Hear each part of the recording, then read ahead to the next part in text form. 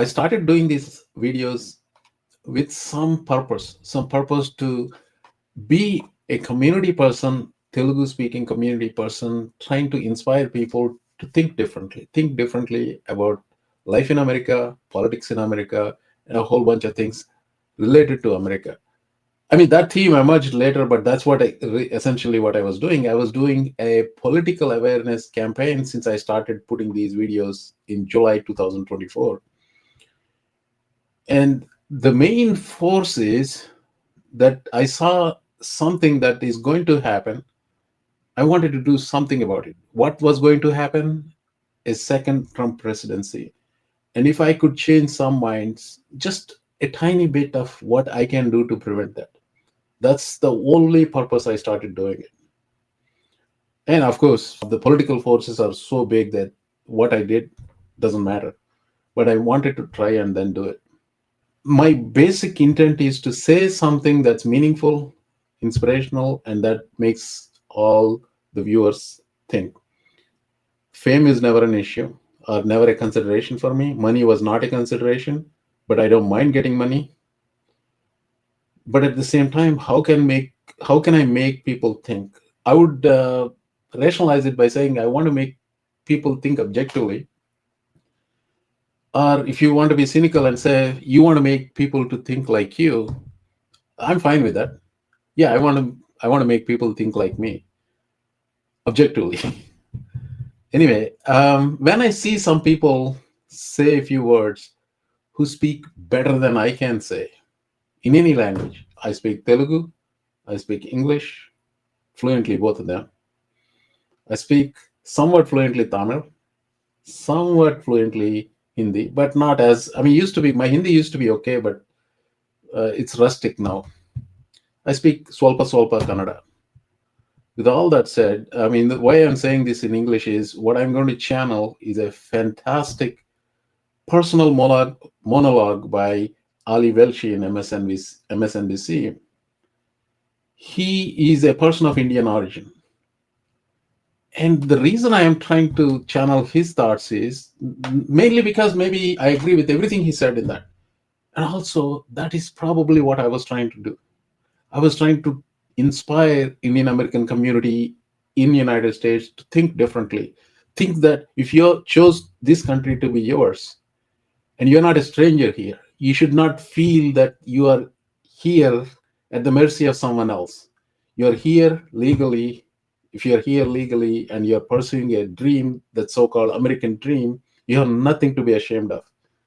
No matter what anybody tells you in India, there are a lot of detractors out there. There are a lot of people who will try to say, "Oh, you should have known better." No, just ignore all of them.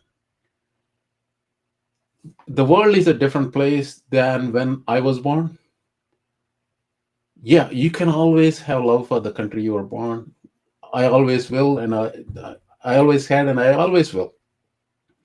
But that doesn't mean that you cannot be an alien in a land you chose to live and you chose to be a citizen of, which I did in this country. That's the kind of thinking I wanted to inculcate among those who watch my show. I mean, the reason I chose Telugu instead of English is different. As a matter of fact, I think at this time in at this age, I can be more fluent.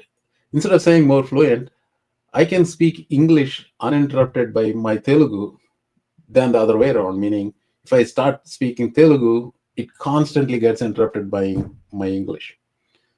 That said, whenever I see somebody who say reflect my thoughts, or he say like these are the things I wanted to say in a different context, somebody else said it better, I want to channel that to you. Ali Velshi is a person of Indian origin.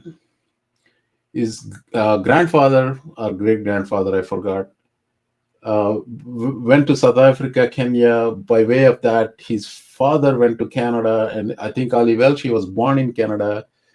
He moved to United States, became a citizen of United States. In the context of November 4th elections, he shared his personal journey, something I wanted to convey to my own ilk, the Telugu people, Telugu speaking people who chose America to be their country, or they who chose to be the citizens of this country, are the permanent residents of this country, or even want to be the permanent residents of this country. There is a mindset that comes with it, not a slavish mentality that we are always taught. Sardukupo. No, that isn't something that I never told my kids. I never will tell anybody else. Anyway, I don't want to interrupt too much of Ali Velshi's speech. I want to put that all in one piece. But in the middle, I have a few specific lines I wanted to emphasize. Then I will say something. But here is Ali Velshi talking about his journey into the United States and becoming a citizen of the United States. Ali Velshi, like me, a person of Indian origin, very beautifully said. Watch this.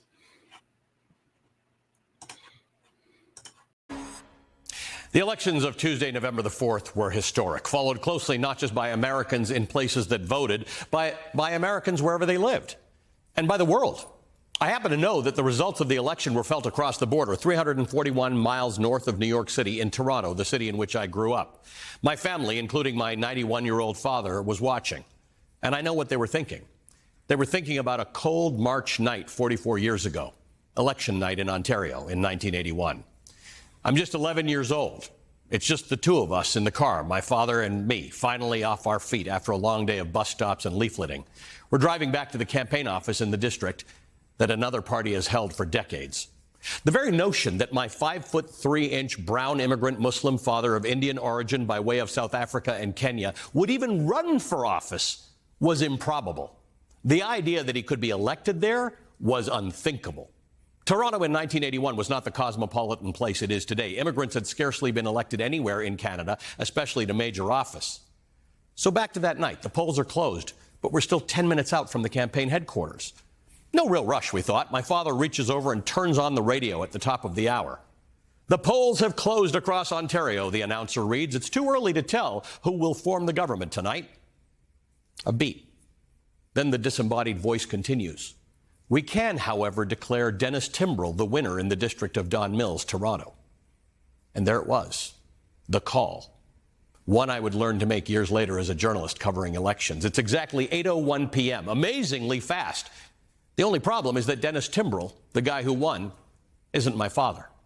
My father is Murad Velshi, the man driving the car, the man who just suffered the swiftest, most definitive loss of the entire election. 11-year-old me glances left from the passenger seat, expecting anger or disbelief. Instead, I see calm. The announcer keeps talking about projections and incumbents. I'm still processing how a race can be over the minute the polls close, how anyone can know anything that fast. I didn't understand exit polling or safe seat arithmetic, or that my father was literally running against the safest incumbent in the entire election. I blurt out, I can't believe we lost. He looks at me, grins. He actually grins. Of course we lost, he says. We were never going to win. I stare at him, confused. What was this all about then? He responds with the sentence that became my civics catechism. We ran because we could. Sensing my heartbreak, he explained, I stood for what I believed in, he said. I stood for what I always believed in.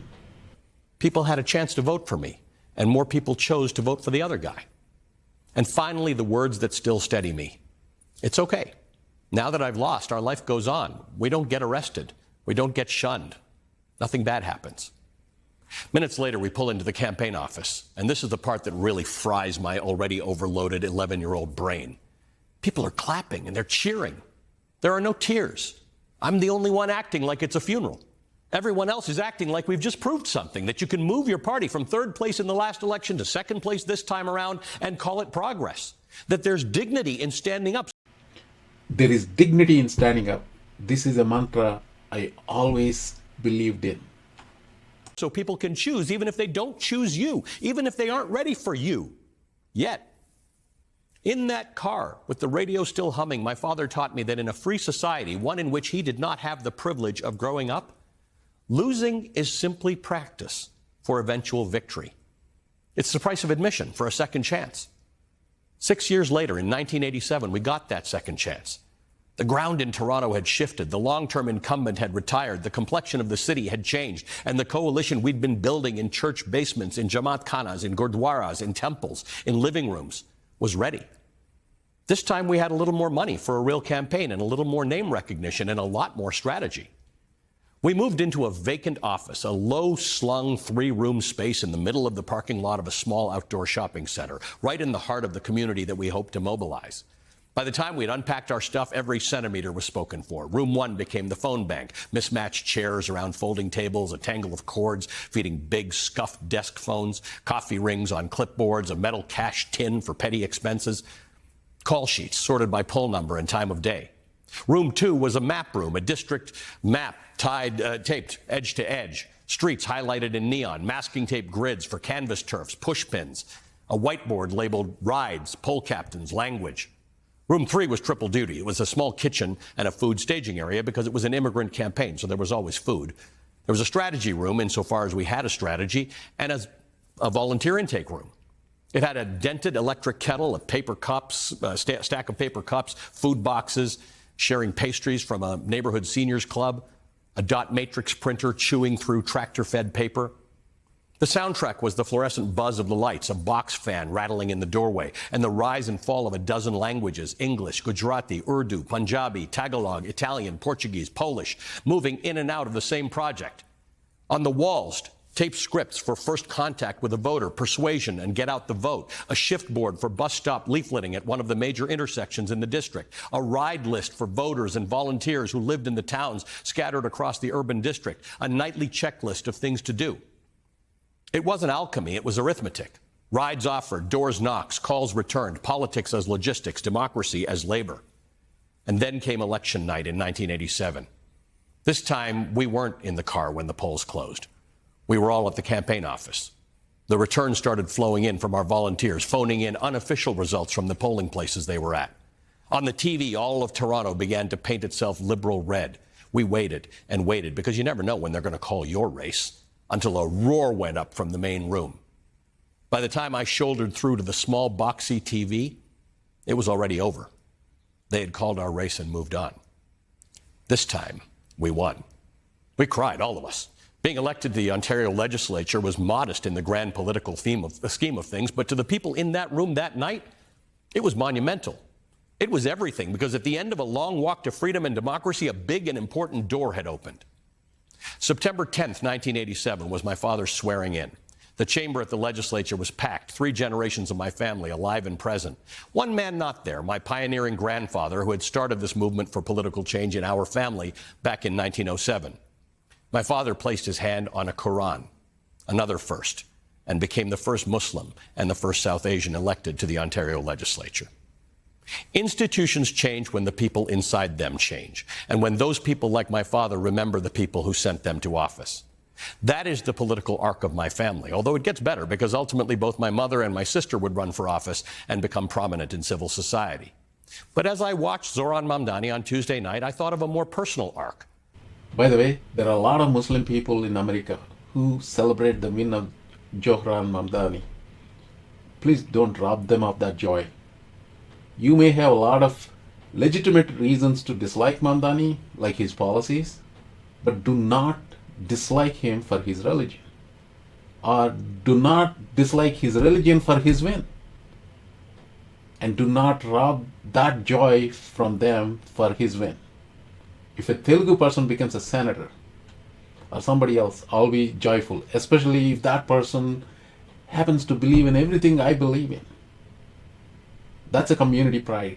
Do not deprive the Muslim community of that pride. That's what I'm saying. I know there's a lot of Islamophobia among Indians. I know. They're out there. That of a small immigrant Muslim boy on ice skates that I could never quite use. Because in junior high in Toronto, the school hockey rink doubled as the playground, but it was a hockey rink. And my immigrant parents, doing their best, inadvertently bought me figure skates from a secondhand store. Try showing up to a rink in a storied hockey town in figure skates. I did it once. That was it. That's why I never played hockey again. There's a kind of an ache to which you become accustomed when you're near the center of a culture but not in it. The simultaneous proximity and exclusion can make you bitter. can also make you resilient. It can make you try harder. You notice frictions that are small to others but big to you. Those frictions teach you to do a bit of extra work, to get closer to the center of things. They teach you that if the space doesn't fit, you might have to make it bigger, and more importantly, make room for others once you do, because there is room for everyone. Eventually, I crossed another border into a city that would claim me and that I would come to claim back. My official start date as a reporter in New York City was Monday, September 10th, 2001. Paperwork snarls delayed my entry, and when the skies closed on the morning of September 11th, I was trying to get from Toronto to New York City under attack. There were no planes flying. There were no cars available to rent. I didn't have a car. I had sold it in anticipation of moving. I did have a motorcycle that I was never planning to use again, a 650cc Honda Hawk. And some kind people at the U.S. consulate in Toronto facilitated this young immigrant crossing the border at Niagara Falls with nothing more than a thermal faxed copy of a visa. Hours after the worst terror attack on American soil, a border agent at Niagara Falls stamped my visa, and I rode my motorcycle south for hours, cold, my visor fogging, my hands numb, stopping every 45 minutes for gas and coffee, and to stop shaking. By night, the Manhattan skyline appeared, smoke and the orange glow of burning fires hanging on the horizon like a bruise. I crossed the George Washington Bridge into a city filled with posters of the faces of the missing. I was not a native New Yorker. I arrived in the shadow of burning towers and entered a society that was filled with unprocessed suspicion and grief. For obvious reasons, I didn't play up the Muslim part. Years later, in a courtroom in downtown Manhattan, right near where ICE agents today snatch and deport migrants who lawfully attend their scheduled hearings, I sat for my own oath of citizenship. We had surrendered our phones at the door, so I picked up the only reading material in reach, and as the ceremony idled, I read my brand new pocket constitution, start to finish, 3 times. In my hands, a document written by men capable of heinous things, who did some heinous things themselves, yet they crafted a set of ideals with the aspiration to create a more perfect union, inclusive in ways even they could not imagine at the time. A union in which all could vote and all could run for office. When I swore my oath of citizenship, I meant it. Tread the arcs together, losing and learning, winning and serving, arriving and belonging. You get the same lesson. Democracy is not a miracle. It's muscle memory. You run because you can, especially when they tell you that you can't. You celebrate the shift from third place to second place because democracy is built and sustained on the margins. You build coalitions that look like the place you want to live. You measure progress in rides offers, doors knocked, ballots cast. You honor loss without fear, victory without swagger, and office without arrogance. And you, and at least I, remember the car radio at 8:01 p.m., a small boy, an unflappable father, a radio call that was not about us. We ran because we could. In a free country, losing isn't fatal. It's practice. It's permission to try again. That's how small acts of courage combine to become the kind of history that outlives us, because democracy is not passed down through bloodlines. It's built over and over by people who show up even when the odds say they shouldn't. Because democracy is not passed through bloodlines. It is rebuilt over and over and over again by those who show up, by those who care. My thoughts, exactly.